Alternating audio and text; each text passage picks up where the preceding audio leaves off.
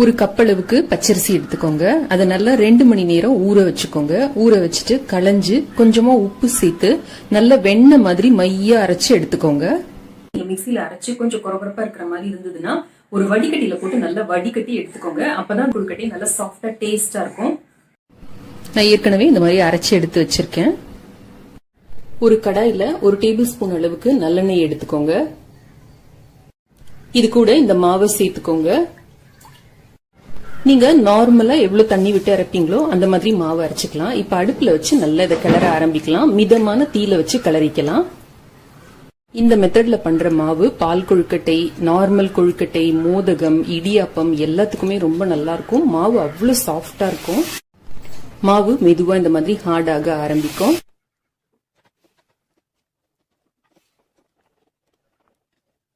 மாவு இந்த மாதிரி நல்லா திரண்டு வர்றப்ப அடுப்பை ஆஃப் பண்ணிடுங்க. ஈர கை வச்சு தொட்டு பாத்தீங்கன்னா மாவு ஒட்டாம இருக்கணும். அப்படின்னா ரெடி ஆயிடுச்சுன்னு அர்த்தம். மாவை இறக்கணும்னே இதுல 1 டேபிள் ஸ்பூன் அளவுக்கு நல்லெண்ணெய் சேர்த்துக்கோங்க.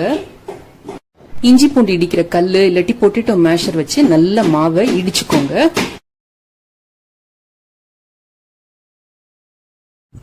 இந்த மாதிரி செய்யறதுனால மாவு நல்ல ஸ்மூத்தா கிடைக்கும் நமக்கு. கொஞ்சம் கை பொறுக்கிற சூடு வந்தோடனே நல்லா இந்த மாதிரி கையால ஒரு நிமிஷம் பிசைஞ்சுக்கோங்க.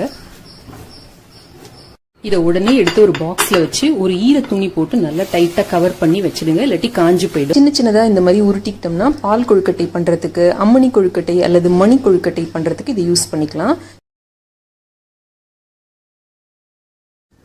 நம்ம உருட்டி வச்ச உருண்டைகளை இட்லி தட்டுல கொஞ்சமா எண்ணெய் தடவிட்டு வச்சிருக்கேன். இப்ப ஆவியில வேக வச்சு எடுத்துக்கலாம்.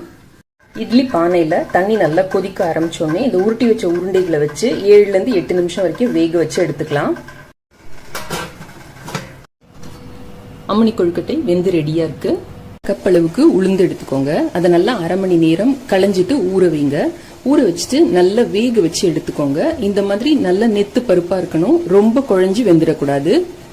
அரைக்கிறதுக்கு 2 பச்சை மிளகாய் எடுத்திருக்கேன். இது உங்க கார அளவுக்கு ஏற்றபடி அட்ஜஸ்ட் பண்ணிக்கோங்க. தேவையான அளவு உப்பு, ஒரு சின்ன பீஸ் பொரிச்ச பெருங்காயம் எடுத்திருக்கேன். நீங்க தூள் பெருங்காயம் எடுக்கிற மாதிரி இருந்தீங்கன்னா 1/4 டீஸ்பூன் அளவுக்கு எடுத்துக்கோங்க. இப்ப முதல்ல இந்த பச்சை மிளகாய், இந்த உப்பு, இந்த பெருங்காயம் இது 3 மட்டும் அரைச்சுக்கலாம். அதுக்கப்புறமா இதை போட்டு ஒரு ஓட்டு ஓட்டி எடுத்துக்கலாம். இந்த மாதிரி அரைச்சுக்கோங்க. தண்ணி எதுவுமே விட வேண்டாம். இப்ப இந்த உளுந்தையும் போட்டு ஒரு ஓட்டு ஓட்டி எடுத்துக்கலாம். இப்படி கொஞ்சம் நெருநெருன்னு அரைச்சிக்கிட்டா போதும். ஜஸ்ட் ஒரு 3 இல்ல 4 தடவை பல்ஸ் பண்ணி எடுத்துக்கோங்க. வானலியில 1 டீஸ்பூன் அளவுக்கு எண்ணெய் விட்டு காய வச்சுக்கோங்க. இதோட 1/4 டீஸ்பூன் அளவுக்கு கடுகு சேர்த்துக்கோங்க. ஒரு 2 சிட்டிகை அளவுக்கு சீரகம், 4-5 கருவேப்பிலை இலைகள் சின்ன சின்ன பீஸா கிள்ளி இந்த மாதிரி போட்டுக்கோங்க. கடுகு பொரிய ஆரம்பிக்கிறப்ப ஒரு சிட்டிகை அளவுக்கு பெருங்காயத்தூள் போட்டுக்கோங்க. நம்ம அரைச்சி வச்சிருக்கிற இந்த உளுந்து கலவையை சேர்த்துக்கோங்க. இப்போ எல்லாத்தையும் சேர்த்து நல்லா கிளறிக்கலாம். பச்சை மிளகாயோட அந்த பச்சை வாசனை போன உடனே ஒரு 2 டேபிள் ஸ்பூன் அளவுக்கு துருவன தேங்காய் சேர்த்துக்கோங்க.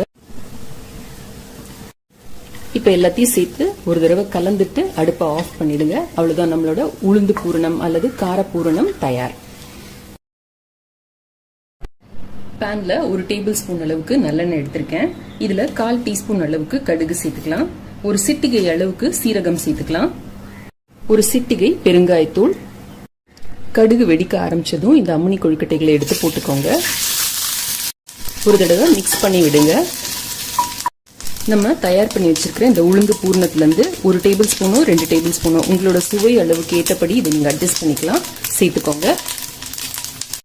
இப்போ எல்லாத்தையும் சேர்த்து நல்லா மிக்ஸ் பண்ணி விடலாம். இதுல ஒரு சிட்டிகை அளவுக்கு உப்பு சேர்த்துக்கோங்க. எல்லாத்தையும் கலந்துட்டு அடுப்பை ஆஃப் பண்ணிடலாம். இப்போ நம்மளோட உளுந்து அம்மணி கொழுக்கட்டைகள் தயார்.